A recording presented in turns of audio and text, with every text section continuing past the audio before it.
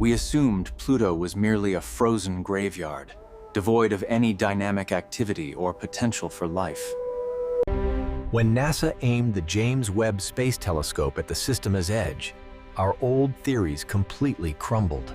Suddenly, this distant dwarf world appears undeniably alive, displaying shifting ices and bleeding its atmosphere outward.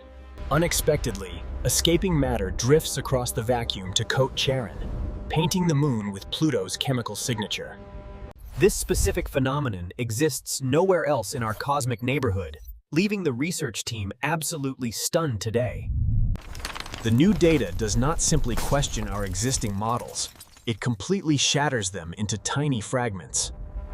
Pluto resides on the solar system's fringe, orbiting past giant Neptune within the icy, dark Kuiper belt. Everything shifted on July 14th when the New Horizons probe screamed past Pluto, closing the vast gap. Pluto boasts complex terrain featuring deep basins, towering frozen peaks, and massive canyons carved into the surface. It is enveloped by a sprawling haze born from photochemistry, where solar radiation shatters nitrogen and methane. This specific mechanic mirrors the activity found on Titan, Saturn's massive moon, creating microscopic hydrocarbon specks above. Its poles are stained darker and redder, likely from methane escaping Pluto's gravity and undergoing chemical alteration. Xi Zhang released a bold study claiming Pluto's sky was ruled by haze particles, not gas molecules. He argued that solid bits floating high above the crust controlled the atmosphere's total thermal energy budget. NASA deployed the James Webb Space Telescope, engineered to scan the cosmos in infrared wavelengths with sensitivity. The James Webb findings validated Zhang's forecast, proving Pluto's atmospheric haze is genuine and pumping out radiation. Pluto's upper sky drops to temperatures near -200 degrees, a drastic chill caused by haze. The paradox exists because the haze cools the air, yet it also warms nearby gas molecules simultaneously. Pluto is shedding over 1 kilogram of methane into the void every single second due to heating. Roughly 2% of that escaping methane is snatched by Charon, landing on the moon's frozen poles. The mid-infrared spectrum captured by Webb exposed unexpected chemical wealth within Pluto's sky, showing clear hydrocarbon fingerprints. Webb found fluorescent emission from methane, signaling molecules are glowing with light at higher energy than predicted. Webb discovered a value roughly 3 times Earth's ratio, implying Pluto's ices originated in a severely cold zone. Webb found methane, deuteromethane, and ethylene on the ground, confirming the atmosphere and surface are tightly locked. The haze on Pluto is not water droplets or dust. It consists of complex organic hydrocarbon particles. The scans unveiled shifts in surface temperature, allowing researchers to calculate thermal inertia across the dwarf planet. Charon's poles are coated with organic matter that started on Pluto, acting like a thermal insulating blanket. A mission concept named Persephone proposes dispatching an orbiter to analyze Pluto and Charon for 3 years. To solve the deeper riddles of this distant binary system, we must eventually return to the edge.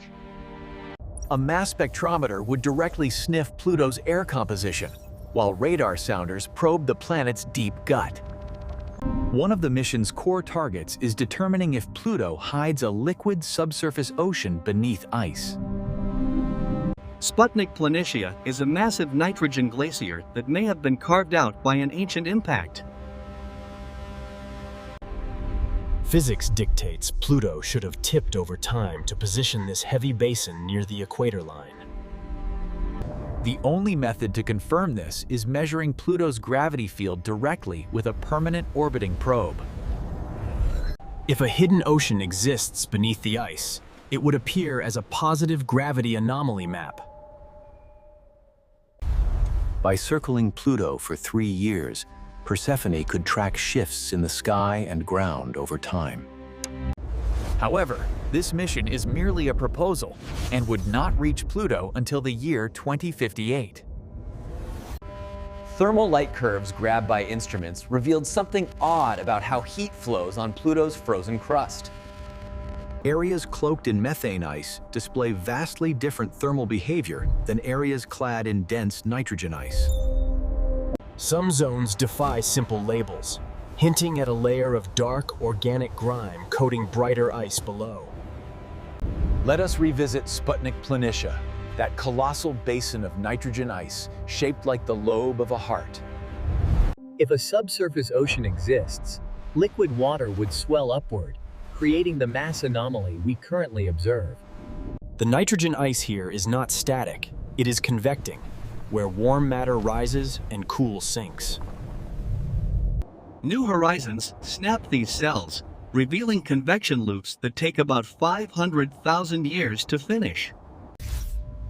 If Persephone arrives in 2058, that might be sufficient time to spot movement in the ice. Chemical models forecast how solar rays breed ethane, acetylene, and other hydrocarbons at various high-altitude levels.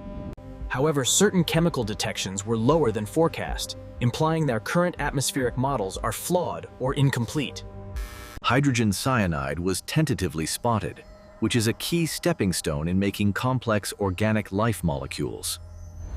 Webb failed to detect benzene or ethylene, suggesting these molecules are condensing out of the air rapidly.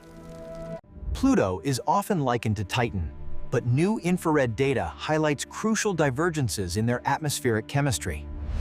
Before oxygen flooded Earth, our ancient atmosphere likely hosted a haze layer, mirroring what Pluto has today.